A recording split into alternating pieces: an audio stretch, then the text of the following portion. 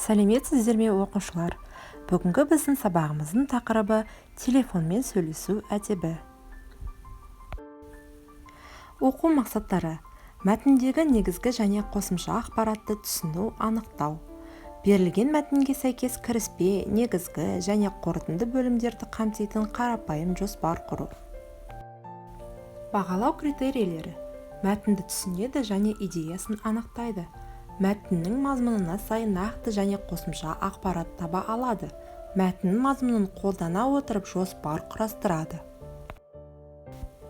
Оқушылар, бүгінгі біздің тақырыбымыз телефонмен сөйлесу әдебі. Біз телефонмен қалай сөйлесуіміз керек? Сөйлеу мәдениетін қалай сақтауымыз керек?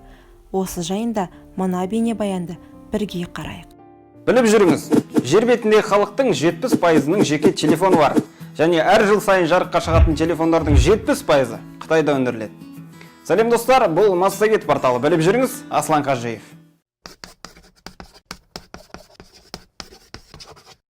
Ұялы телефон байланысы жеке және кәсіби саланың ажырамас бөлігіне айналды.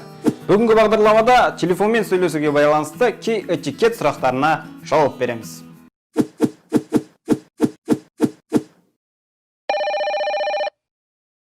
Әдептілік ережесі бойынша жеке қоңырау таңғы 9 бен кешкі 10 аралығында шалынады. Ал іскерлік қоңырау тек қана жұмыс уақытында, яғни таңғы 9 бен кешкі 6 аралығында шалыну керек.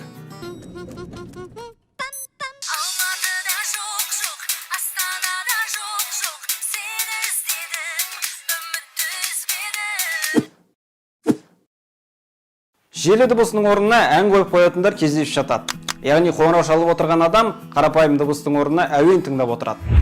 Этикет ережесі бойынша бұл әдепсіздікке жатады. Сондықтан ең дұрысы стандартты желі дыбысының әуеніне тоқталған жөн.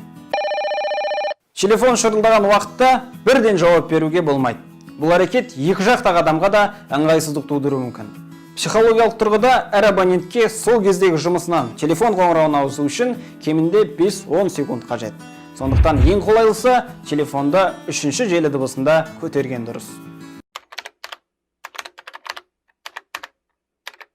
Ереже бойынша байланысты бірінші қоңырау шалған адам аяқтайды.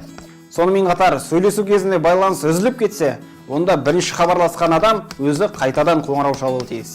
Бұл ережені білу арқылы бір-біріңізге қатар қоңырау шалып, уақыт кетірмеуге болады. Телефонмен сөйлесу этикетін сақтау адам мәдениетінің деңгейін көрсетеді. Мына бейнебаян біраз қызықты болды деп ойлаймын. Есімізде сақтап қалайық. Бүгінгі біздің оқу мақсатымызға байланысты бірінші тапсырмамызды орындайық. Мына мәтіннің мазмұнын түсініп оқып, бөлімдер бойынша анықтап жоспар құр. Дескрипторлар мәтін бөлімдерін анықтайды, бөлімдерге бөледі, мәтін бөлімдеріне кіріспе, негізгі, қорытынды жоспар құрады. Дәптерлерімізге жазамыз. Дәл осы мәтін бойынша екінші тапсырма. Мына берілген 5 сұрақтарға жауап жаз. Үшінші тапсырма. Қатаң, ұяң, үнді дауыссыз дыбыстардан басталатын сөздерді 3 бағанға топтап жаз. Яғни мына жерде сендерге сөздер берілген. Сол сөздерді тауып 3 бөлікке бөліп жаз. Балалар, бүгінгі біздің сабағымыз осымен аяқталды. Сендерге сабақ қызықты болды деп ойлаймын. Келесі кездескенше қош, сау болыңыздар.